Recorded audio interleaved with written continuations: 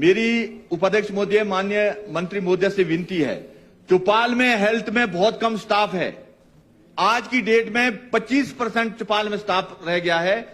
पिछली सरकार में, मैं माननीय सदन में ये प्रमाण के साथ कह रहा हूं, पिछली सरकार में 90% हमारे हेल्थ के सारी पोस्टें भरी थी। चौपाल में 60 से ऊपर डॉक्टर थे।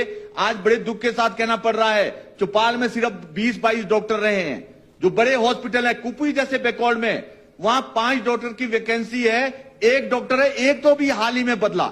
जैसे ही कोई मुख्यमंत्री मंत्री वहां जाते हैं और उसके बाद वहां से स्टाफ भी चौपाल से शिफ्ट होता है। मेरी उपाध्यक्ष महोदय, माननीय मंत्री महोदय से विनती है, चौपाल में हमारे 40 के करीब डॉक्टरों की वैकेंसियां हैं। इस माननीय सदन में जरूर इस कटौती प्रस्ताव में जब रिप्लाई देंगे कि डॉक्टर स्टाफ नेरुआ हॉस्पिटल सिविल हॉस्पिटल है, 14 डॉक्टर की वैकेंसी है। चौपाल सिविल हॉस्पिटल है, 14 डॉक्टर की वैकेंसी है। 2-2 डॉक्टर, 14 डॉक्टर में वहां उपस्थित है। कब डॉक्टर को आप भरेंगे? मैं आपको सही बताना चाहता हूं उपाध्यक्ष महोदय, आपको तो चौपाल और मेरी और आपकी रेणुका तो बिल्कुल आमने सामने है, पेट और पीठ का सवाल है। मैं आपको एक बात कहना चाहता हूं, चौपाल दूर दराज का क्षेत्र है।